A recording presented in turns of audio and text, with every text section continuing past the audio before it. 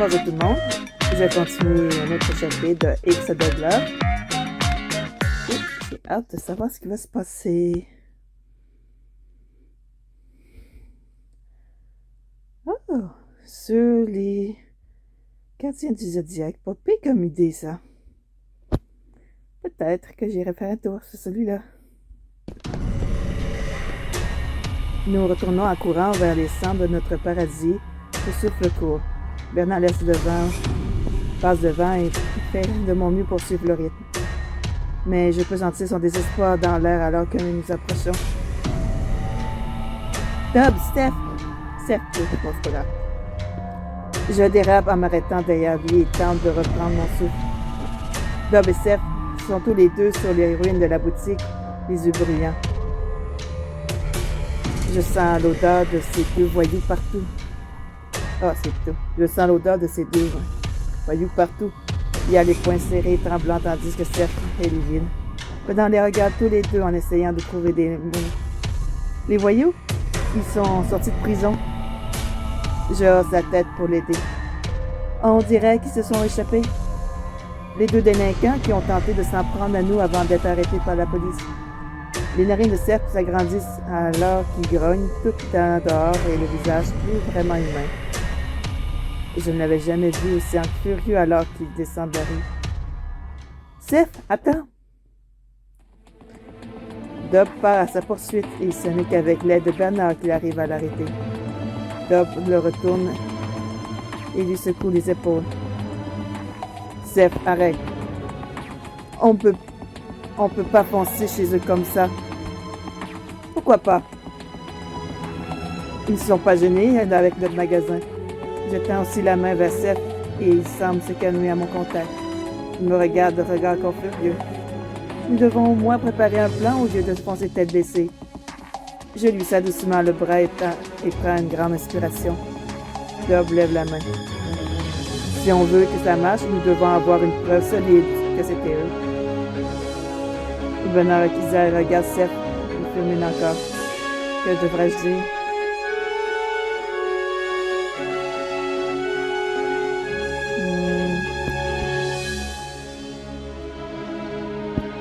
On devrait rentrer à la maison, je pense. Entrons d'abord à la maison pour nous préparer. Dob Akizar. On peut préparer un bain d'action et passer en revue les détails. Steph est réticent de prime d'abord, mais nous arrivons à le traîner jusqu'à l'appartement. Nous asseyons en sec dans le salon, les lumières presque trop fortes alors que nous nous regardons tous, avant d'inspirer d'un coup. Bon, nous avons déjà dit que nous avons trouvé. On a croisé une habituée qui nous a dit avoir vu les délinquants traîner autour de la boutique le jour de l'incendie. J'acquiesce en regardant ma posture sur la chaise. Ça, je pense. Bon, pas grave. Et elle a confirmé que c'était bien les deux voyous qui ont été arrêtés pour avoir vandalisé notre magasin. Alors, ils ont dû trouver le moyen de sortir de prison. J'ai du mal à croire qu'un groupe de truands puisse être libéré sous caution 3 fois d'affilée. 3 fois d'affilée? J'avais oublié ce détail. Là, c'est un peu exagéré, par contre. Steph ouvre les épaules. Qui sait, peut-être qu'ils ont d'autres activités pas très nettes en plus de leur magasin. Je fronce les sourcils. Quoi qu'il en soit, nous n'avons aucune preuve qu'ils étaient au magasin lorsqu'il l'a brûlé. Steph et Dob échangent un regard. En fait, nous avons trouvé quelque chose. Nous avions rapidement fini d'interroger le voisinage, alors on s'est dit qu'on pourrait jeter un coup d'œil aux ruines pour trouver des indices. Que dire? J'aimerais bien savoir, mais j'ai déjà utilisé mes petits diamants. Bon, c'est pas grave. Je rescanne alors que Dob et Steph expliquent qu'ils ont trouvé un morceau de tissu portant l'odeur des vandales. C'est pas assez. C'est génial! Dob secoue la tête. Nous n'avons trouvé aucune preuve que ça provient d'eux. Ouais, et ce n'est pas comme si on pouvait aller voir la police en leur disant qu'ils portent leur odeur. L'incitation de Bernard en prend un coup. Mais c'est pour ça qu'on doit se rendre dans leur base. On pourrait trouver quelque chose qui les relie à la scène. Dob Akizar les sourcils froncés alors qu'il réfléchit. Nous devrions nous séparer par contre. Ce serait trop dangereux d'y aller tous ensemble. Un moment passe avant qu'il s'enfonce dans le sofa, l'air plus vieux que d'habitude. Ça lui donne une tape dans le dos. On s'en sortira. On est une famille, pas vrai? On ne gagne pas la guerre le ventre vide, puisque nous n'avons pas mangé depuis ce midi. Le souper semble une bonne idée. Seth et moi nous occupons de la cuisine alors que Dov et Bernard mettent la table.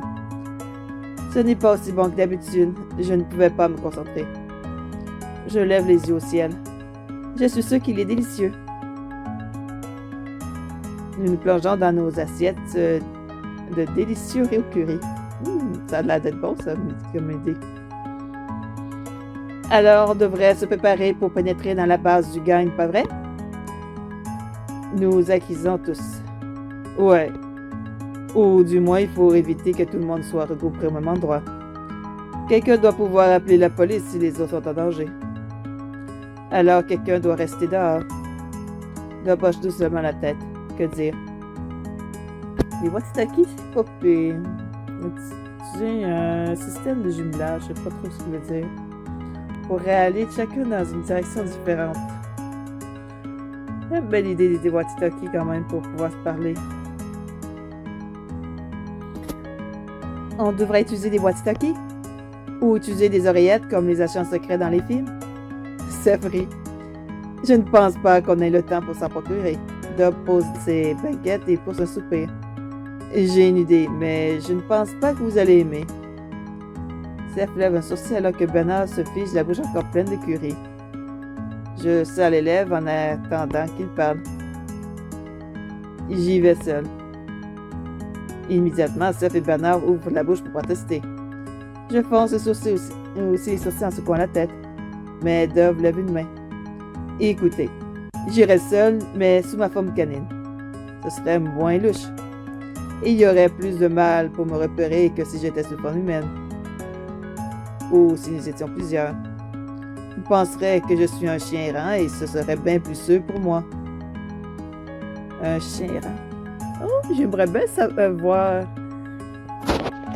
sa femme canine. Bon. Ça secoue la tête. Je n'aime pas ce plan. Pourquoi on ne viendrait pas tous sous notre forme animale? Un chien est bien moins suspect que deux. C'est pas là sur le point de protester, mais Bernard pose une main sur son bras. Dob a raison. C'est seulement pour trouver des indices, pas vrai? Et ce n'est pas comme s'il allait pour se battre ou quoi? Dob hoche la tête. Ouais. Et je sors dès que j'ai trouvé quelque chose. Et si tu trouves rien? Il soupire en fronçant les tempes. Eh bien, je reviendrai au bout d'un certain temps. Alors même si je trouve rien, vous n'aurez pas à vous inquiéter. Les lèvres de Seth forment une ligne droite, mais Dob lui adresse un regard dur et réfléchi. Je n'aime pas ce plan, mais d'accord. Oh. J'irai demain J'irai demain soir et si je ne suis pas entré d'ici minuit, alors vous saurez qu'il faut venir me chercher. Espérons qu'on n'en vienne pas à ça. Bernard hoche la tête, mais je secoue la mienne. Je ne trouve toujours pas que ce soit une bonne idée. Y aller seul est bien trop dangereux. L'homme me lance un soupir et me prend les mains. Ses mains sont grandes et chaudes, mais je ne peux m'empêcher de me sentir réconforté. Ça va aller. Et vous serez là en cas de problème. Il se retourne vers son repas alors que je m'enfonce dans ma chaise, ayant perdu tout appétit. Je suis dans la lune alors que j'aide à faire la vaisselle, perdu dans mes pensées alors que j'imagine tout ce qui pourrait mal tourner. Je sais, ce n'est probablement pas la meilleure chose à faire, mais j'ai un mauvais pressentiment. Je suis les assiettes avec le torchon quand Dob rentre dans la cuisine. Je voudrais voir si tu avais besoin d'aide. Il y a la penaud comme s'il y avait que j'étais encore inquiet pour le plan. Que dire? Je m'assois. Je secoue la tête en bougeant pour ranger la vaisselle. Non, je gère. Tu devrais te reposer pour demain. Je me retourne pour cacher le fait que mes mains tremblent encore à l'idée qu'il y aille seul. Ça va aller. Sa voix est ferme, mais d'une certaine façon, je n'arrive pas à le croire. J'accusa. Je sais. Tu feras bien. Dub hésite pendant un instant avant de sortir de la cuisine, me laissant à mes pensées. Je pousse un profond soupir en tentant de calmer mon cœur. Et s'il lui arrivait quelque chose? Cette pensée me peine bien plus que je n'oserais l'admettre. Non, il ne peut pas penser comme ça. Je ne peux pas penser comme ça. Ça va aller. Il faut. J'ai du mal à dormir. Je n'arrête pas de retourner dans mon lit. J'entends les garçons faire le même dans le salon. Je demande s'ils sont encore réveillés, à s'inquiéter pour demain. Le lendemain arrive sombre et sinistre. Nous ne travaillons pas dans la journée, mais je me sens que tout le monde est à cran, trop inquiet pour le plan de ce soir. Quand il est temps pour Dub de partir, nous disons tous au revoir. Je l'attire vers moi en fonçant le visage contre son torse. On se revoit bientôt. Dub hoche la tête en me caressant les cheveux.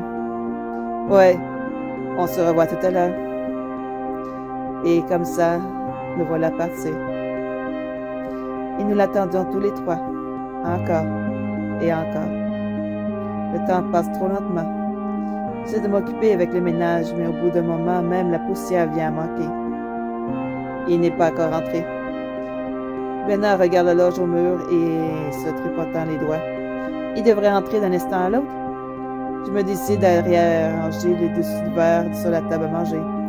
Après 50 minutes, Steph se lève. Il est en retard. Bernard regarde Steph, l'horloge et moi avant de se lever légalement. Attrape un manteau avant qu'il n'atteigne la porte. Allez, il faut le retrouver. Ça finit comme ça? Ah, j'ai hâte de voir à quoi ça va ressembler la suite de l'histoire. Il va falloir aussi que je choisisse un des personnages. Oh, j'ai encore du temps pour ça. Moi, c'est tous une bonne soirée et à la prochaine. Bye bye!